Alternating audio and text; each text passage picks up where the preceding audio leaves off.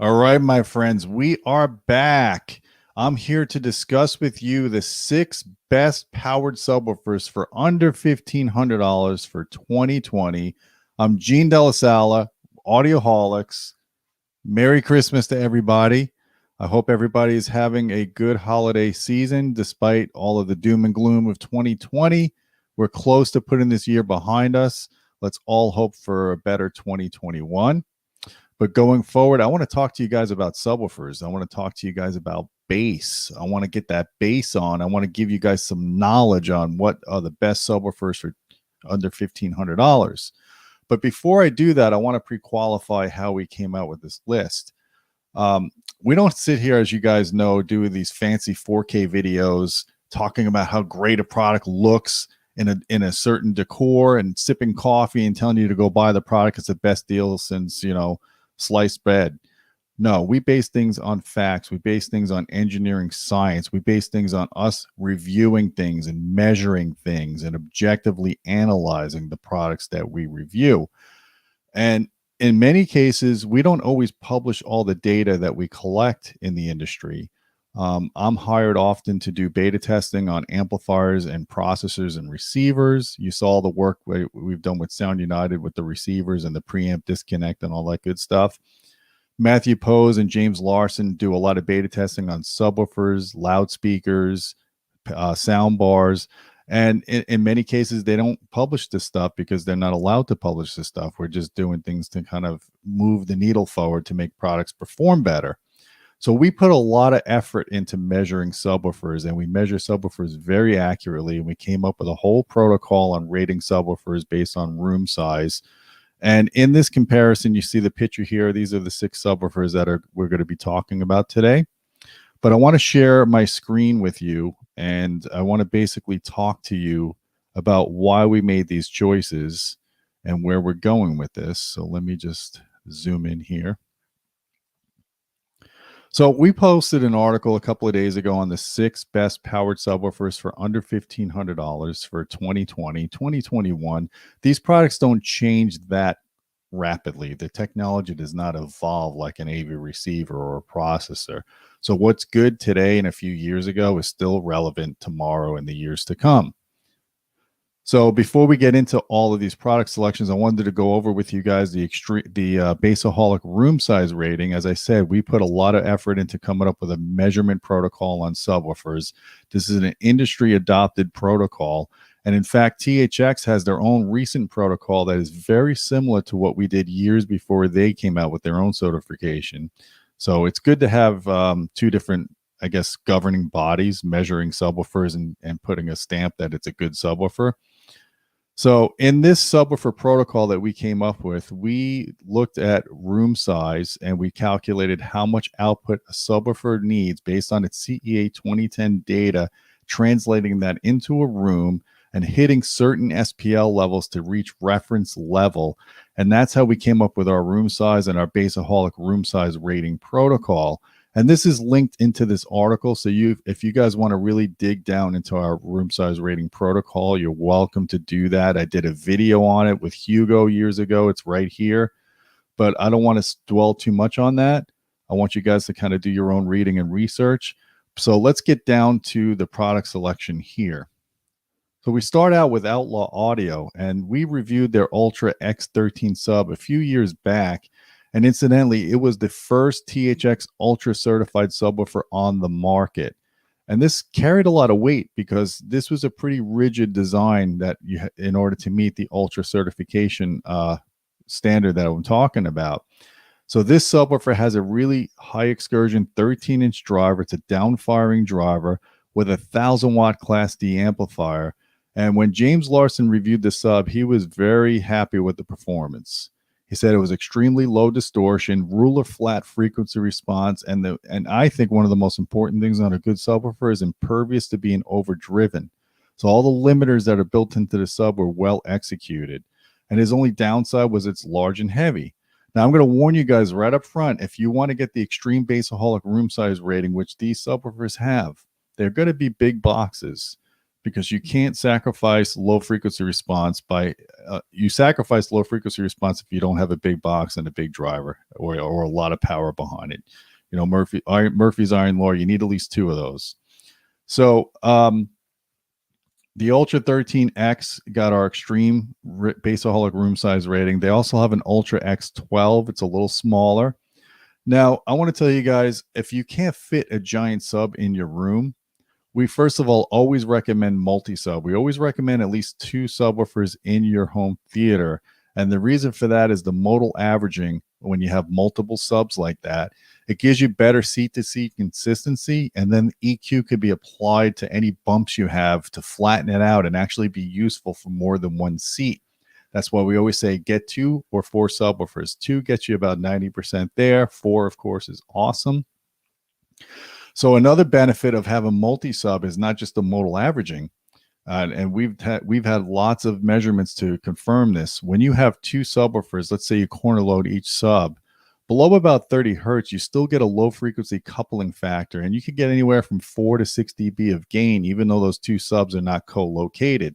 So if you get a subwoofer that has a Bassaholic large rating, and it's on the threshold of large to extreme, you get 2 of those subs, and even if you don't co-locate them, you'll still probably get to the extreme Bassaholic rating, because most of the smaller subs just don't have the output below 30 hertz to get the extreme rating. But because of the low frequency coupling factor of using multi-sub, you could use smaller multiple subs and still get that extreme Bassaholic room size rating.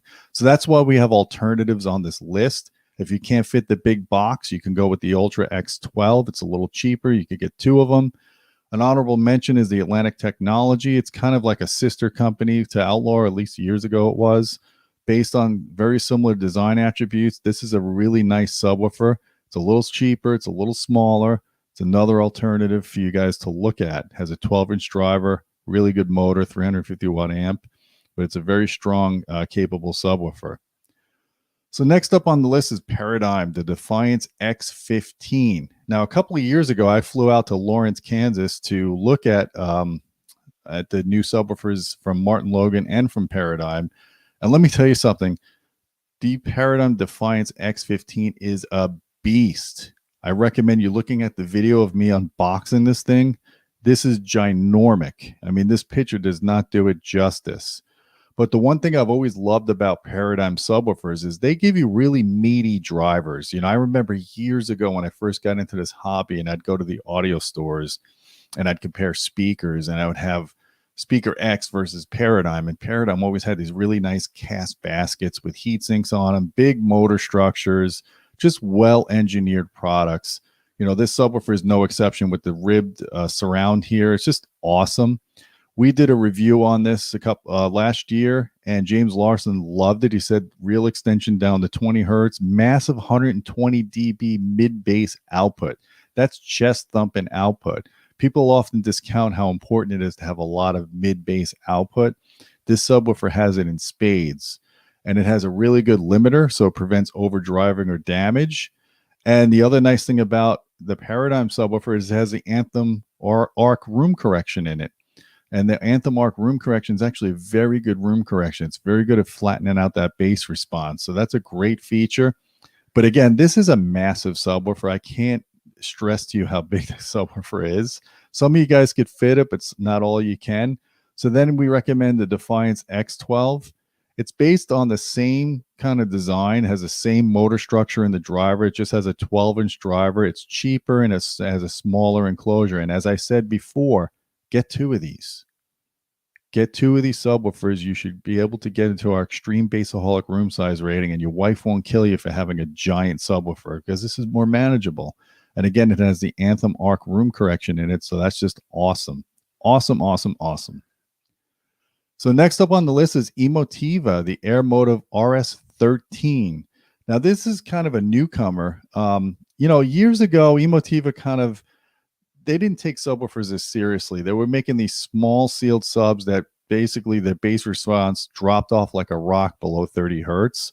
But they realized that they were losing market share by doing that. So they've redesigned their subs over the last year or two, and they're really coming out with some hard hitters. I'm looking forward to having James Larson do a formal review of this subwoofer this spring when the weather kind of warms up so he could go outdoor and do his testing. But this subwoofer looks like it has all the hardware that's required to have an excellent product. It's got a very rigid cabinet, a 2-inch front baffle. The entire thing is made out of HDF, so it's a very rigid enclosure. Has a 13-inch long excursion driver, and it has a 1,000-watt Class D amplifier. So it's got a lot of power, big box, big rigid box, very tight frequency response spec on it. It just has a lot of excellence to it, and we will give you the final verdict on this subwoofer this spring. So don't discount it because it's, Emotiva is not as known for subwoofers as other brands. They're taking this category of product seriously, and you can see that in this product. You know what? If anybody has this product, why don't you guys comment down below in the forum threads? I want to hear what you guys think about the subwoofer, how it performs in your home theater, or if you're just considering it, let me know. So an honorable mention, and I don't ever want to forget Martin Logan, the Martin Logan Dynamo series. We did a video on these. These subwoofers blew our mind because they're not a giant sub, right? They're more of a lifestyle product. So you do lose some low frequency output, but the output that these subs give is very competently done. And they measure really well. We did a review of the Dynamo 1100, and James Larson really liked the subwoofer. It behaved well, and it also has the Anthem Arc room correction.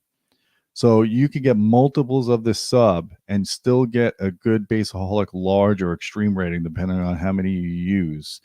And you have the advantage now of doing excellent room correction to flatten the bass. And let me tell you, Martin Logan, years ago, I went to CEDIA trade show, and the best bass I heard at the show was through the Martin Logan demo booth, because they had a pair of their Balance Force 212 subwoofers. Those subs were beasts. I loved how tight and punchy the bass was on those subs. And part of the reason of that is, they have the same engineers at Martin Logan at Paradigm as they do Martin Logan. So there's a lot of cross promotion of technologies between the two brands, and Martin Logan benefits from that. So these are very competently designed, engineered subs. If you don't mind sacrificing a little output and you want a product that's more lifestyle that fits into your room, definitely check out the Dynamo from Martin Logan. These are great subwoofers.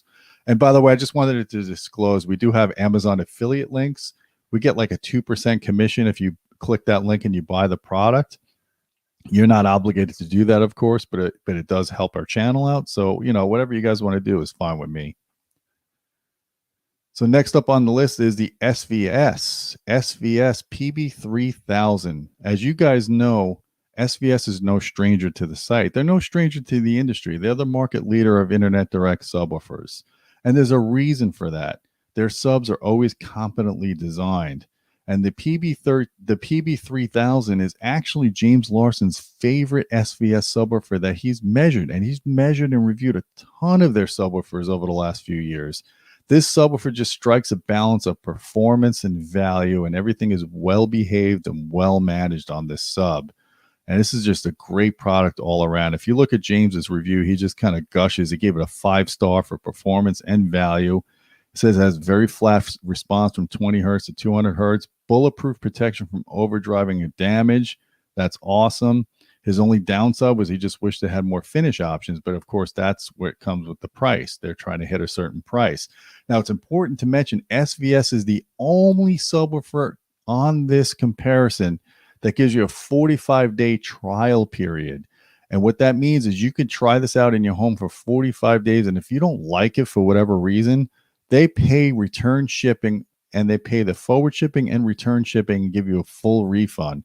To me, that speaks volumes for how the company stands behind their product. Their Bill of Rights is really second to none in the industry. They're kind of leading the way on that.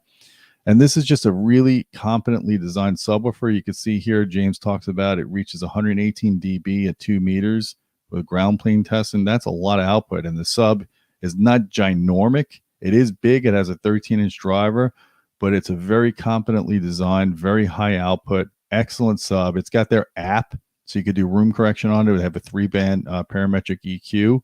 Very slick device. Very just every time SVS comes out with a new sub, they just keep iterating the performance and refining and honing in on the performance and making it better and better. So that's awesome. I want to give an honorable mention. If you can't put a giant box like this in your room, I would go up a level on SVS. I would go to the 4000 series and get their sealed subwoofer. The SB4000 is about the same price as the PB3000. Smaller box, a little less output at the very low frequencies, but do multiples of these and you guys will be rocking the house down, and you'll be able to handle a box of this enclosure. It's very reasonable. In fact, I would say that in an 18-inch cube that the SB4000 is, it's probably about the most bass you're going to get in a subwoofer of that size. Really awesome. And this is no lightweight. Even though it's a smallish box, it still weighs 100 pounds because that driver is just really, really powerful motor on it. So it's an incredible engineered product. As I said, if you can't do a 3000 PB, then go with the SB4000. Now, some people say, well, you know, I prefer sealed subs because they're faster or they sound cleaner or tighter than a ported sub. That's not always the case. And the one thing about the SVS subs is they really do a good job with their tuning and their filters. So the group delay is really low, even on their ported subwoofer. If you look at the measurements of the PB3000, I think it had one of the lowest group delays out of any of the subs we reviewed. So that speaks volumes for how well it's engineered. So again, check out the PB3000 or the SB4000. Put that on your list. Next up is the Rythmik Audio FV15HP. We reviewed this almost 10 years ago, like 2011. And James Larson loved this subwoofer, had tons of output.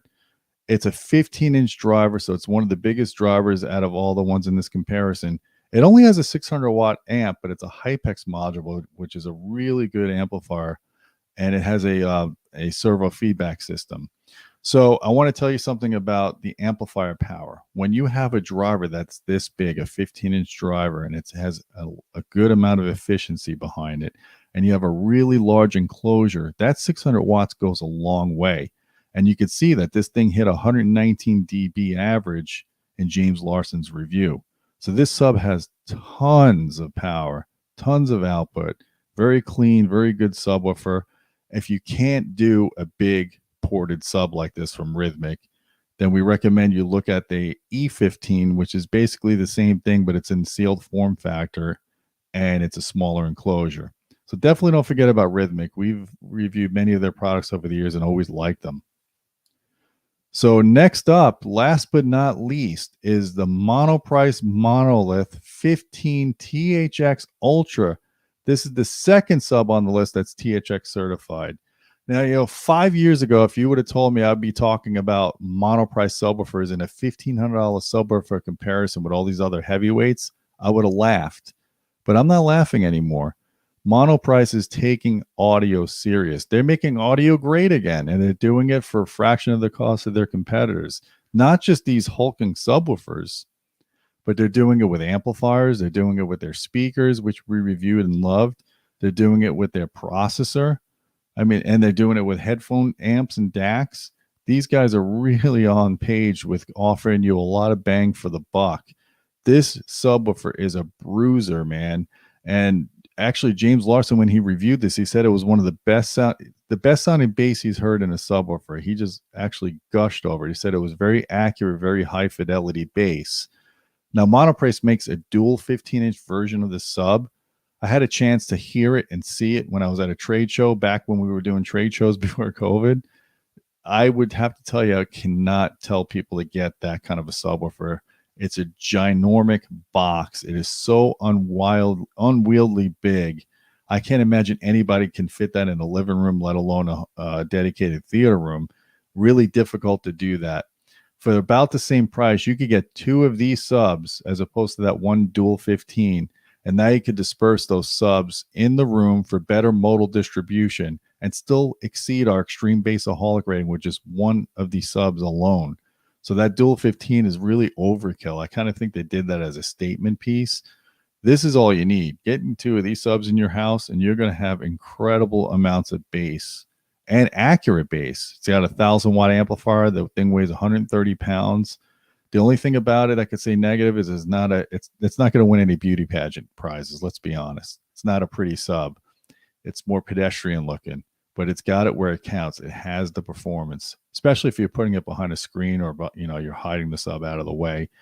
If you can't handle a sub this big in your room, they also make a sealed version of it using the same driver and in a smaller enclosure with still 1,000-watt amplifier. You are going to lose a little bit of output at very low frequency, but this sub has so much output, it doesn't really matter. It's just probably out of all the subs, this one probably is the highest output out of all of them. It's that good. All these subs are really good. In fact, we have a comparison table here. We have the model numbers. We have the type of sub they are, the size of the driver, the type of tuning they are, the amplifier power, the frequency response, the price. And again, out of all these subs, SBS is the only one that gives you the trial period for 45 days. So that's something to consider. Not all these subwoofers offer free shipping. So that's something to also consider when you're trying to figure out what your budget is. So I hope you guys find this useful. I'm kind of curious to see what your picks are on subwoofers. Tell me down below what you think the best subwoofer is for $1,500 or less, or what subwoofer you're using. I want to talk subwoofers. I want to hear all your comments down below on these subwoofers. What do you think about these subwoofer picks? Have you had any experience with them? And I want to tell you guys, thank you very much for all the support you've given us this year. Don't forget about our Patreon channel at patreon.com/audioholics. We have some new patrons here I want to give a shout out to. Really appreciate your support.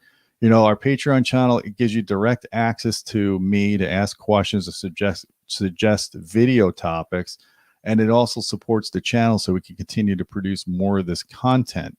So guys, I hope you guys all have a happy new year. Appreciate you being here.